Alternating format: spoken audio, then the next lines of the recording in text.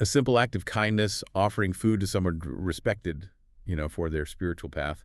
Seems pretty straightforward, doesn't it? Yeah, on the surface. But in ancient Savatthi, this gesture towards an Ajivaka ascetic, a guy named Pāṭika, well, it became the start of this whole web of jealousy, pretty sneaky manipulation, actually. Definitely manipulation. And ultimately, it leads to a really profound lesson for all of us, I think. Exactly. We're about to explore a really compelling story. It involves not just this rivalry between different spiritual groups back then. Which was common, right? Oh, yeah. But also the quiet devotion of a laywoman and, of course, the illuminating wisdom of the Buddha. It gives you a real glimpse into the social fabric of the time. And to really dig into this, we've got some great sources. We're looking at excerpts from the Dhammapada Atthakatha. Think of it as a collection of stories basically illustrating Buddhist principles, early monastic history too. Specifically, we'll be focusing on the Pāṭikājīvaka Vatthu and also the Uppalavaṇṇātherī Vatthu. These old texts, they give us really detailed accounts and the teachings that came out of these events. Right. And our goal today, for you listening, is to pull out the key insights from these, ancient stories. We want to understand the motivations, what drove these people. Yeah, what was going on there? The conflicts that popped up, and most importantly, the timeless wisdom the Buddha offered. We'll try to unpack it without getting too bogged down in every single historical detail. Okay, let's set the stage. Who are the key players in this little drama? Well, first up, you've got Pāṭika himself. Right. And a Ajivaka ascetic. He's living under the patronage, the support of a wealthy woman there in Savatthi. And the Ajivakas, there were another group around at the time, often different views from the early Buddhists. That kind of sets things up for rivalry. Precisely. And this wealthy laywoman, she was a really devoted supporter of Pāṭika. That was pretty normal then, lay people supporting different ascetics. Oh. And it created this relationship, where the ascetic often had a fair bit of influence. Then, obviously, the Buddha, the central figure whose wisdom, as you said, sorts out the main conflict. And also, really key to how things unfold is the laywoman's son. He sort of becomes this unsuspecting go-between in the whole mess. He really does. An intermediary kind of caught between his mom's growing interest in the Buddhist teaching and her, established relationship with Pōka. Right, this delicate position. Yeah. And that's where the trouble starts, isn't it? Yeah, the first signs appear right there. Because people living near the laywoman's house, they start hearing the Buddha's teachings. Yeah. And they come back just raving about him, about his qualities. Yeah, truly. And that sparks her interest. She wants to visit the vihara, the monastery, hear the Dharma, the teachings for herself. And that's a big shift, right? Her hearing about the Buddha creates a real dilemma.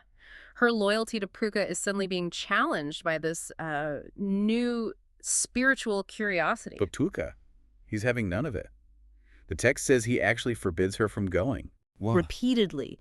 You almost feel the possessiveness, maybe the fear of losing his position. Absolutely. He probably saw her interest in the Buddha as a direct threat, a threat to his standing, the support he got from her, financial, social. So the tension just starts cranking up. So the laywoman, she seems pretty determined. She comes up with a clever workaround. Right. If she can't go to the Buddha, she'll bring the Buddha to her. She decides to invite him to her house for a meal and, crucially, a teaching. Smart move. So she sends her son to invite the Buddha for the very next day. Okay, so this invitation, it basically sidesteps Papisan's control. It's resourceful, definitely. Yeah. But, yeah, it puts her son in a bit of an awkward spot. Because the son, being, a good son, he goes to see Pōka first. Of course. And Pāṭika, always wanted to know what's what, asks where he's heading when he finds out the son's going to invite the Buddha. Well, Pāṭika tries his best to talk him out of it. Okay, so it's not just about different beliefs here. Seems like more is going on for Pāṭika. Right. Maybe insecurity about his own position. Exactly. You see his motives getting clearer. It's not just religious differences. He's clearly worried about losing that food offering. A meal. Yeah, the meal that would have been his if she'd stayed just his patron. Right, so he pleads with the son, don't go. But the son insists, says he has to follow his mother's orders. Good for him. So Pāṭika, being, manipulative, tries a different angle. He tells the son how to invite the Buddha. Oh. But in this really sneaky way.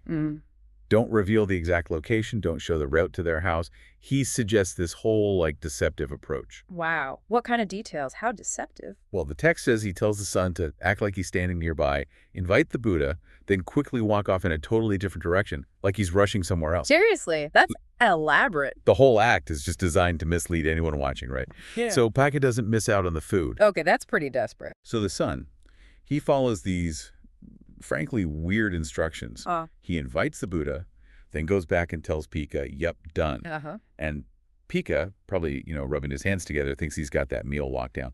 Oh, the irony. It really is. His whole plan is based on, well, just not understanding the Buddha's wisdom at all, his ability to see things clearly. Because next morning, the Buddha, who knows everything that happened, Of course. he just goes straight to the laywoman's house. The text even says he understands all paths. Right. No deception needed. The laywoman's overjoyed, welcomes him, gives him the seat of honor, serves him food.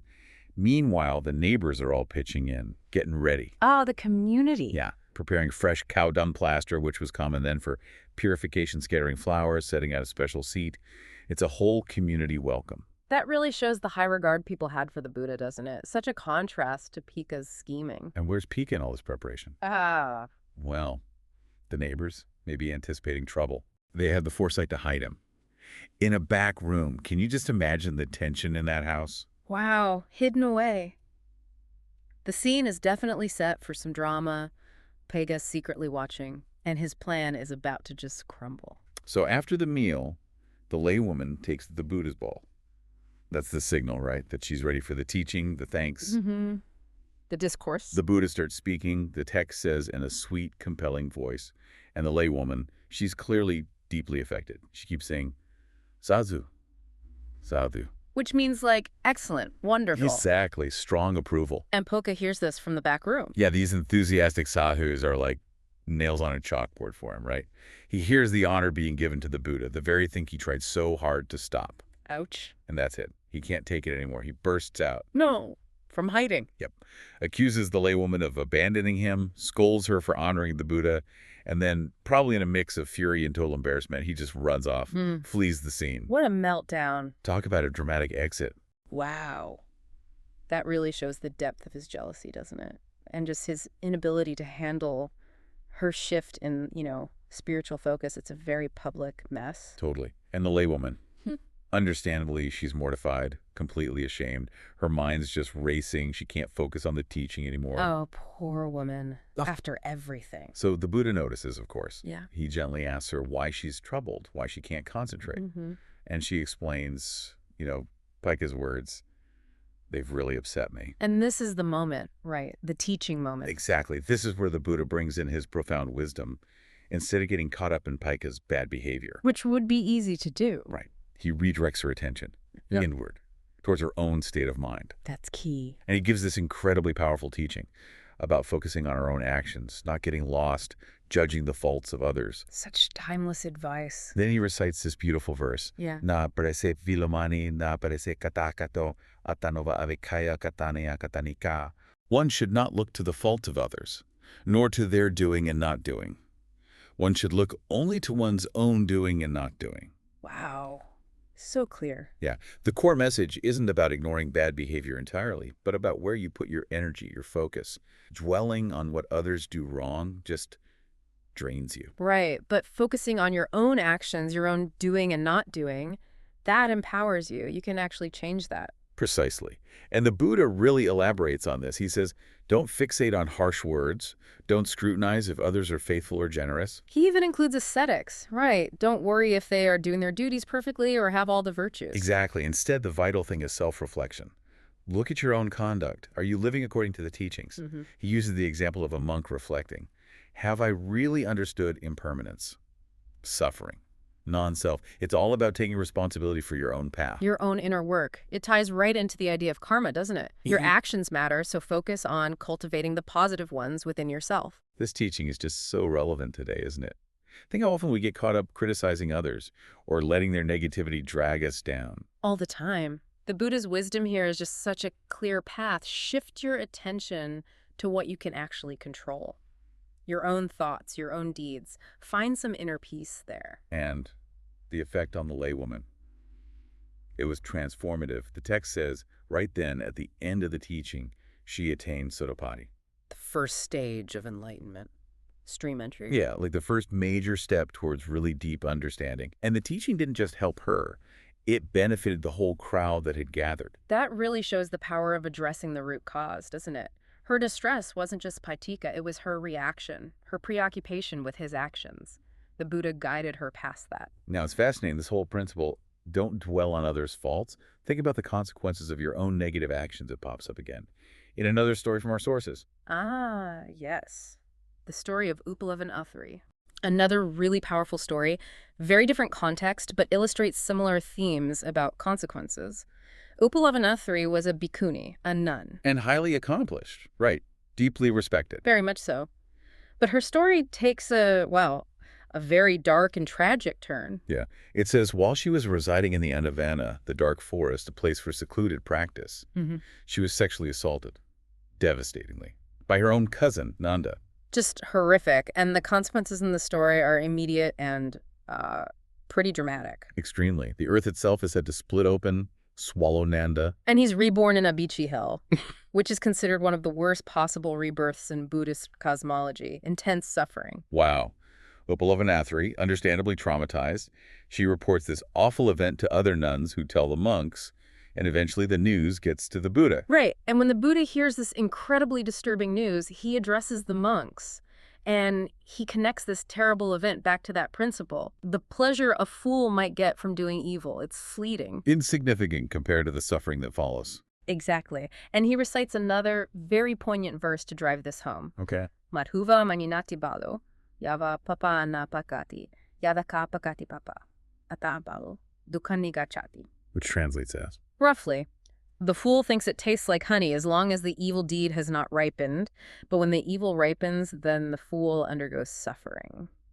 So it might seem sweet or pleasant at the time, doing something unwholesome. Yeah, the immediate gratification. Yeah. But when the consequences mature, the karma ripens. Immense suffering. It's a really stark reminder about cause and effect. A very sobering lesson from a truly awful story. It really is a powerful, unsettling illustration of the long-term impact of harmful actions.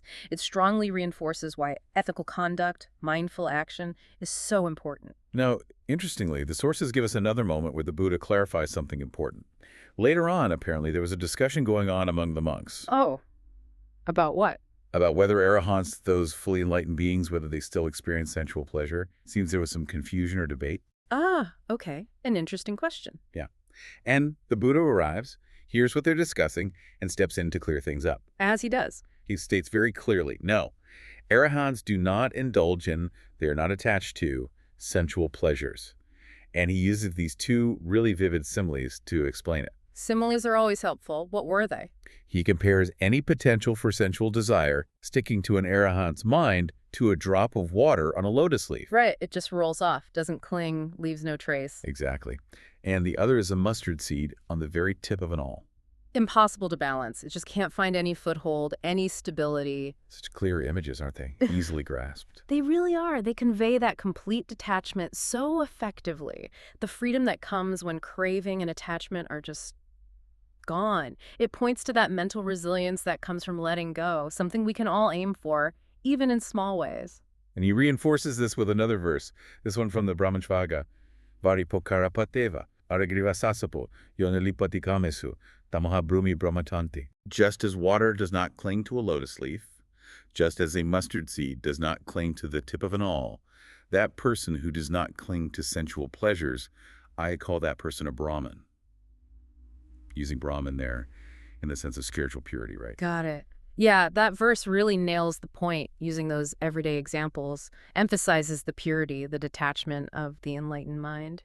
And finally, that terrible incident with Uppalavaṇṇātherī, it actually leads to a practical change in monastic life, too. Oh, right, because the Buddha was clearly concerned about the safety of nuns living out in isolated forests after that. Exactly. Shows his compassion, his practical side. He instructs King Pasenadi of Kosala, a major lay supporter, to set up residences for the Bhikkhuni Sangha, the community of nuns, within the city limits, for safety. Sensible precautions. So the king follows the advice, provides accommodation for the nuns in part of the city. And the text says from then on, nuns mostly lived within or very near villages or towns. Providing more security, more community support, it really shows the Buddha's practical wisdom, his willingness to adapt the rules when needed to protect his followers from real dangers. So, wrapping this up, quite a journey through these stories. We've seen how jealousy, ill will, like with Poka. Yeah, how it leads to negative actions, embarrassment, getting stuck spiritually. And then we got the Buddha's wisdom offering guidance. Focus on your own development. Don't get consumed by what others do wrong. And the Uppalavanna story really hammering home the consequences of actions and also that clarity of mind that comes from transcending attachment. Powerful stuff. It really makes you think, doesn't it? How easy it is to get caught up judging others or letting their negativity affect us. Totally. What if we could actually shift that energy, put it towards understanding our own motivations, our own actions instead? Yeah. These ancient stories, they're full of very human drama, but they still offer such profound insights for navigating our own lives today. So maybe the final thought for you, listening. What aspects of your own doing and not doing might deserve a closer look, a more compassionate look, after hearing all this? Yeah, definitely something worth reflecting on.